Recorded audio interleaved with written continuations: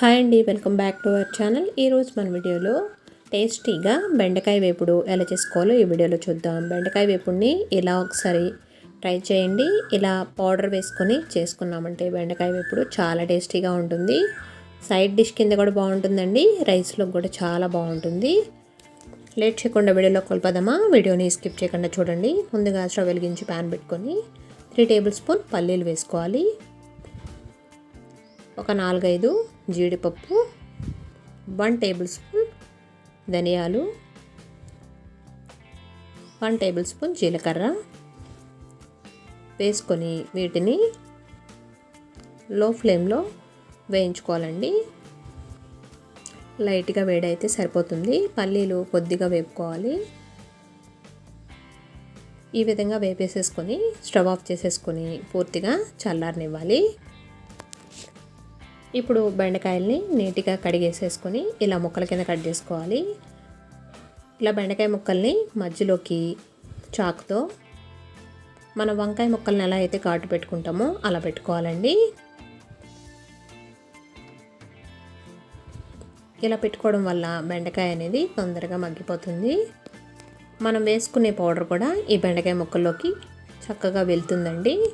ఇలా చల్లారిన వీటిని మిక్సీ జార్లో వేసుకొని కొద్దిగా చింతపండు, ఒక 5-6 వెల్లుల్లి,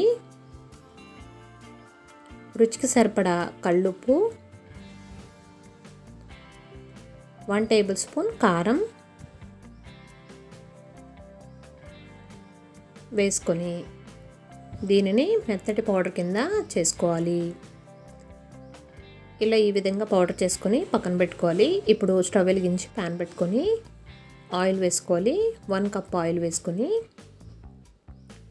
కట్ చేసుకున్న బెండకాయ ముక్కల్ని వేసుకొని మీడియం ఫ్లేమ్లో ఈ బెండకాయ ముక్కల్ని నిదానంగా వేపుకోవాలండి. ఇవి వేగడానికి కొంచెం టైం పడుతుంది.